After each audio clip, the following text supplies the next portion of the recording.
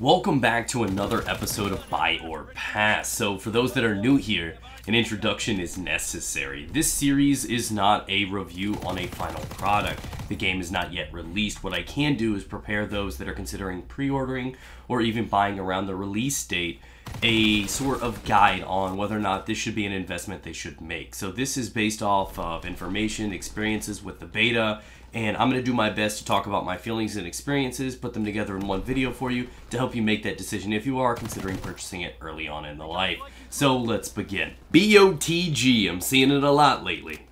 Boots on the ground. This is exciting. I don't feel like they should be praised for this though, right? Congratulations, Call of Duty, for going back to the roots, you know, keeping feet on the ground, where feet go.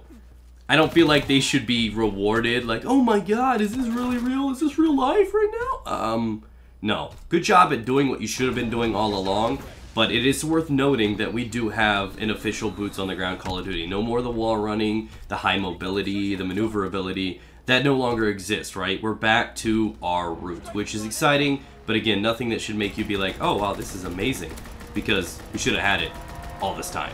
This game is really freaking good, and I'm not saying that because I'm falling into that good dick, right? It's because this game has really solid mechanics. The fluid movement is there. It's a traditional CoD in all the areas that CoD is good and known for. So it's boots on the ground, we have the decent mobility, we have nice map design. There are some issues with spawns. That's something that they can hopefully address. Again, this was based on a beta performance, outdated build, so this could have easily been rectified since. If we're talking about visuals, gameplay, just the all-around flow of the game, it's exactly what you expect out of a CoD. They're nailing it. There are no issues, no sluggishness, no problems at all whatsoever existing here, which is good. It's healthy for a game. It's Call of Duty. It's not something they generally have a limitation on or something they screw up with. And another thing worth noting, and I think this is really important because it feels good to have kill streaks that feel really cool. I feel like this is the biggest and most innovative selection of kill streaks we've had since Modern Warfare 2. Modern Warfare 2 blew the door open with so many creative ideas, and they were completely unheard of, right? The glide bomb was really cool. The animations, just the overall feel and authenticity behind these weapons in their era, their day and time, is really cool the way they've incorporated them. I love being thrown into the pilot seat of a strafe runner, and it's just so really, it's immersive. And I like it a lot that kill streaks feel really cool when you're inside of them. So dirty. I like it. And I think it's a really cool addition. Again, it's nothing that really adds too much value to it, but I think it's worth noting that they put a lot of extra effort into this and they made kill streaks pretty cool again. Another big game changer for me is the introduction or reintroduction and revamp of war. This game type could be the future of the Call of Duty competitive scene. I would love to see this thing blow up. Absolutely blow up. And I noticed this firsthand from when I was playing it, getting involved myself, that it was far more competitive than your traditional domination or search and destroy map. There was more intensity there, and it reflected in me as a person that enjoyed it, and it would naturally for those viewing as well, for people that may be watching live streams. So I would really like to see the future of competitive Call of Duty go down this road, and I think it would be really great and refreshing to see something like this. Not that domination or search and destroy or anything like that should be thrown out, right? But having this in the mix adds for a new competitive standard and foundation for them to work within, and I think that's great. Obviously, an introduction of something new and refreshing is always going to be healthy for a franchise that has often been considered plain, boring, repetitive, and reskin.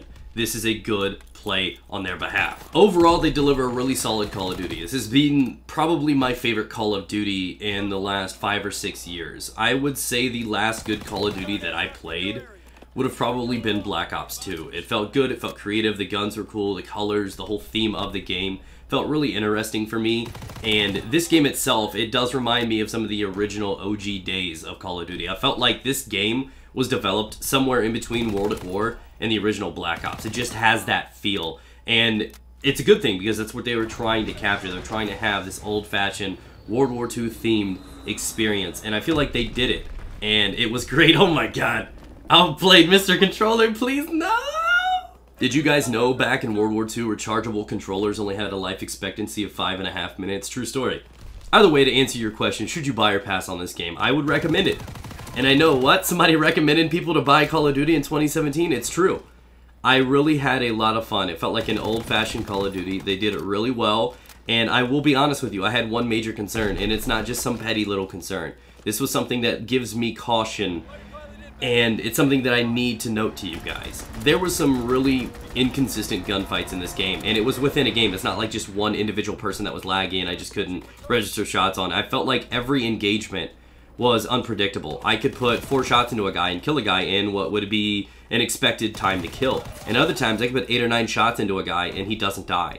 There were some really, I guess, uneasy experiences with the game. And this is a very big issue. If you can't tell what the time to kill is and you are not comfortable and every gunfight feels entirely different, you do not have a stable game. This is not a healthy thing. This is actually a game-ending mistake. And I don't think this is going to roll over to full game. I feel like it's just an issue that we had in the beta, because this has not been a problem Call of Duty has ever had. They've obviously had lag and issues like this, but not to the level that I was experiencing on console. It was pretty disgusting, to be fair. Now, I just wanted to leave that out there as something in the back of your mind to remember and consider, but I'm still going to take the risk. I'm going to dive in there, and I'm going to pick up the game and purchase it for myself. A full review will be out soon.